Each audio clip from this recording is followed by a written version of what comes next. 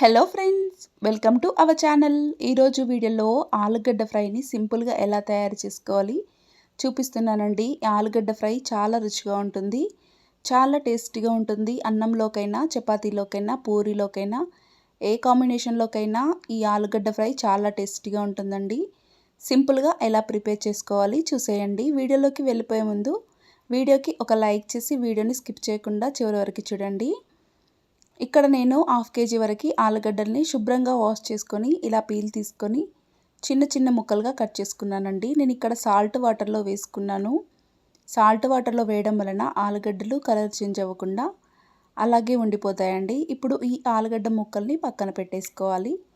Stove పైన ఒక గిన్నె పెట్టుకొని 5 టేబుల్ స్పూన్ల ఆయిల్ వేసుకొని మనం చిన్న చిన్న ముక్కలుగా కట్ చేసుకున్న ఆలుగడ్డలను వేసేసుకొని 5 నిమిషాల పాటు మనం ఆలుగడ్డల్ని ఫ్రై చేసుకోవాలండి. మనం మీడియం ఫ్లేమ్లో పెట్టుకొని ఆలుగడ్డల్ని ఫ్రై చేసుకోవాలి. కొంచెం మనకు కలర్ చేంజ్ అయ్యేంత వరకు ఆలుగడ్డల్ని ఫ్రై చేసుకోవాలండి. గోల్డెన్ కలర్లోకి వస్తే సరిపోతుంది. చూడండి, మనకి ఆల్మోస్ట్ కలర్ కూడా చేంజ్ అయిపోయింది. ఇప్పుడు వీటిని మనం ఒక ప్లేట్లోకి తీసేసుకోవాలండి. ఇలా అన్నీ తీసేసుకున్న తర్వాత అదే ఆయిల్లోకి మిగిలిన ఆలుగడ్డ ముక్కల్ని కూడా వేసేసుకొని వీటిని కూడా ఒక 5 నిమిషాల పాటు గోల్డెన్ కలర్ వచ్చే వరకు ఫ్రై చేసుకోవాలి.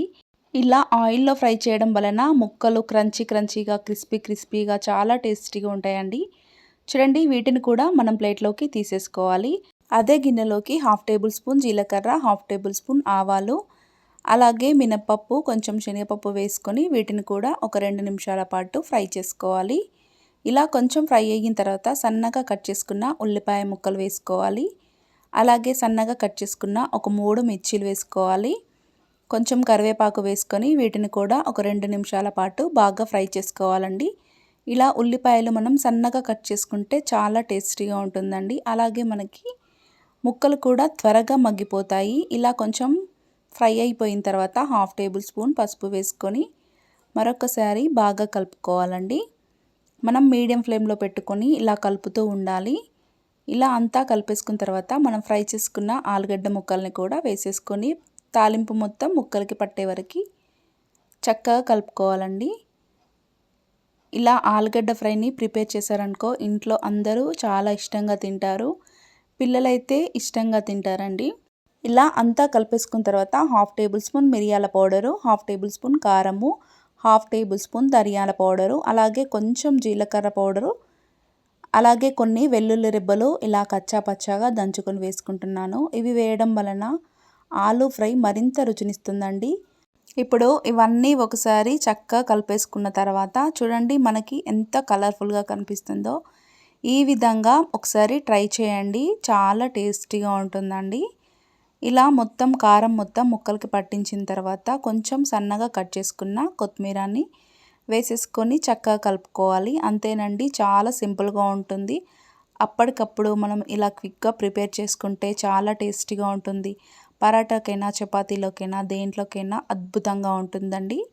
చూడండి, మనకి ఎంత చూస్తుంటేనే నోరూరిపోతుంది కదా, క్రిస్పీగా చాలా బాగుంది.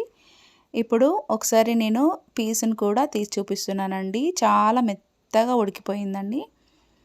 ఇలా మరొకసారి అంతా కలిపేసుకొని స్టవ్ ఆఫ్ చేసుకొని సర్వింగ్ ప్లేట్లోకి సర్వ్ చేసుకోవాలండి. వేడి అన్నంలోకి తిన్న పిల్లలకి లంచ్ బాక్స్లోకైనా ఇలా క్రిస్పీగా ఉండే ఆలుగడ్డ ఫ్రైని ప్రిపేర్ చేసినట్టయితే పిల్లలైతే డబ్బా ఖాళీ చేసుకొని వస్తారండి. చాలా ఇష్టంగా తింటారు. మరి ఈ రెసిపీని మీరు కూడా తప్పకుండా ట్రై చేసి ఎలా కుదిరిందో కూడా కామెంట్ చేయండి. నా ఛానల్ని ఫస్ట్ టైం విజిట్ చేసినట్టయితే ప్లీజ్ ఒక లైక్ చేయండి. అలాగే మీ ఫ్రెండ్స్ రిలేటివ్కి షేర్ చేయండి. అలాగే సబ్స్క్రైబ్ చేసుకోండి. Thanks for watching.